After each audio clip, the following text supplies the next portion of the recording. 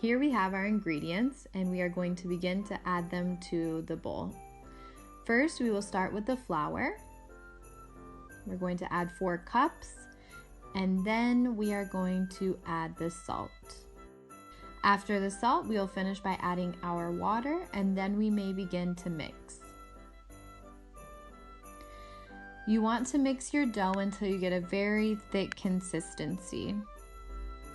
Once you see it's thick enough, you may begin mixing with your hands.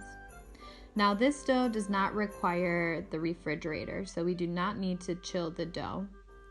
Once we finish, we are going to roll the dough out and we are going to use our cookie cutter, the same one that we used for the sugar cookie recipe. Just like the sugar cookies, we are also going to fill up our dough with all of our shapes. You may also use a glass if you'd like to make a round shape, or maybe you have some other cookie cutters at home.